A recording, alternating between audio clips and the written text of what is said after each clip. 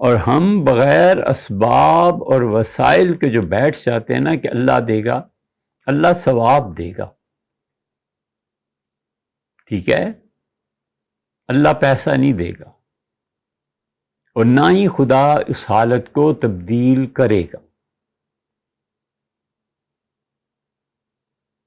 غزہ پورے کا پورا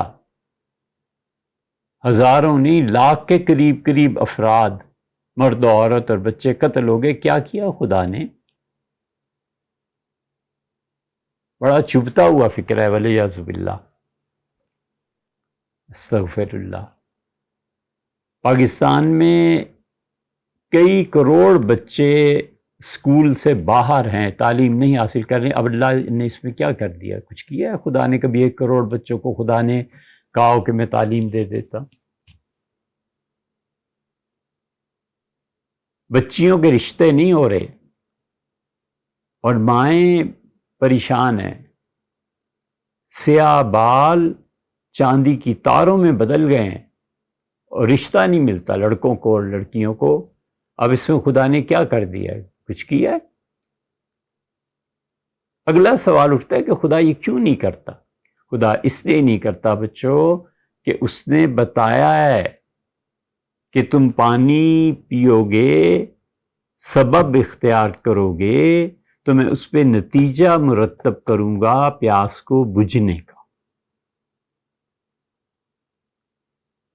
خدا نے سکھایا ہے، اچھی طرح غور سے سنو، کہ تم محنت کرو گے، اس محنت کے نتیجے میں تمہارے پاس مال آنا چاہیے، نہیں آنا چاہیے۔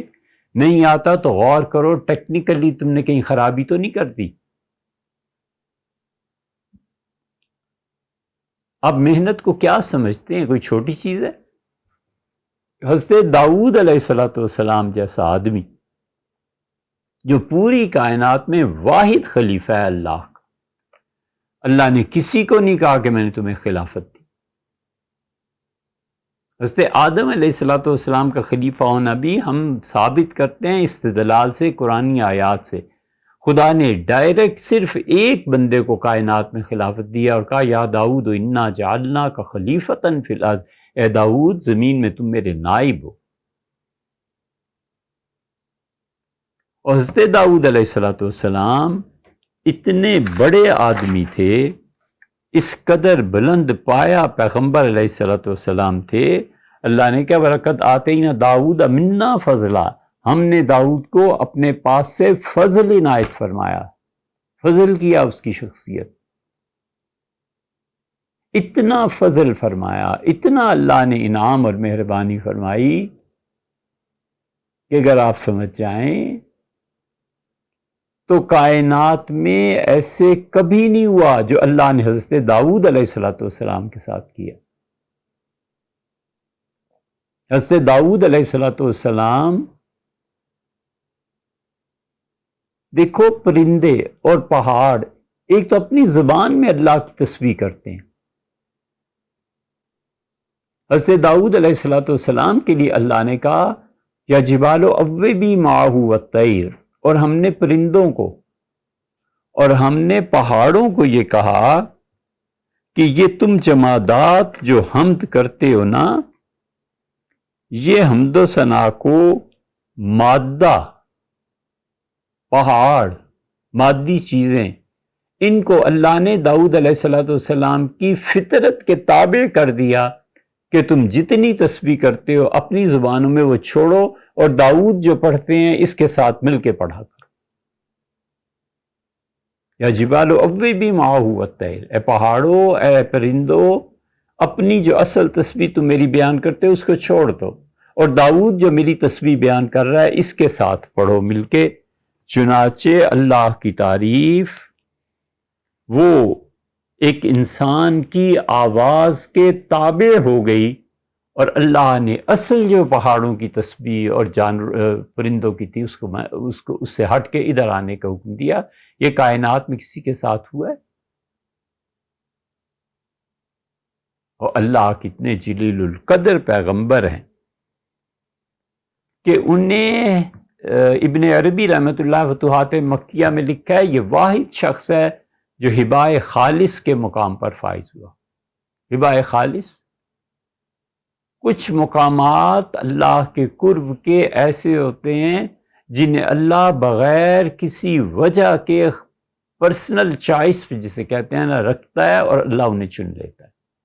کوئی جد و جہد نہیں، کوئی خاندان نہیں، کوئی پیشہ نہیں، کچھ نہیں، محض پروردگار عالم کا چناؤ ہے، اور وہ ہوتے ہیں انبیاء علیہ السلام۔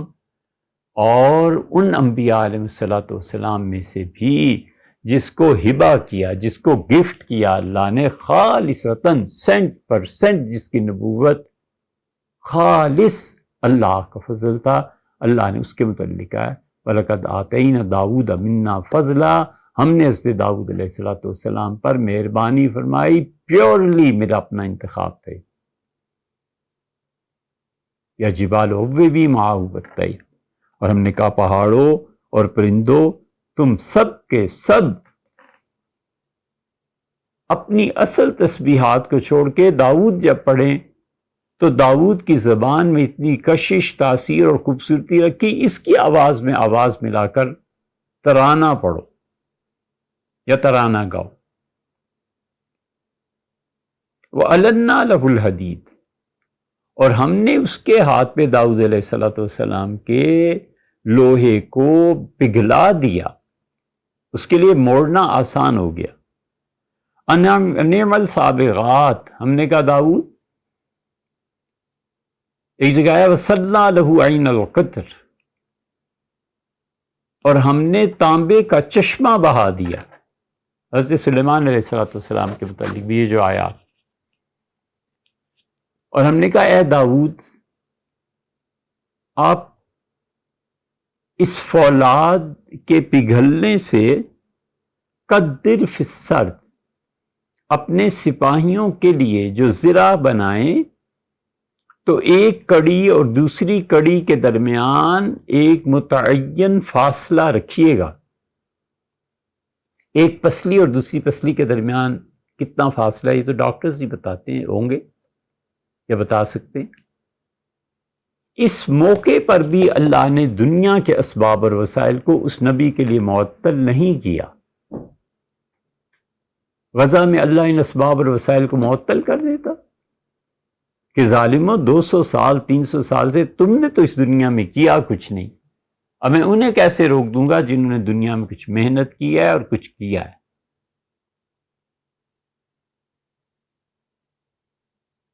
ہم جو عمل کے میدان سے ہٹے ہوئے ہیں اور پچھلے کئی 100 سال میں ہم نے دنیا کو ایک جو نفع کی چیز بخشی ہو، یا تو نقل کرتے رہے ہیں یا پھر جبر کی حکومتیں مارتی رہی ہیں یا پھر نالائقوں کو حکمرانی ملتی رہی ہے۔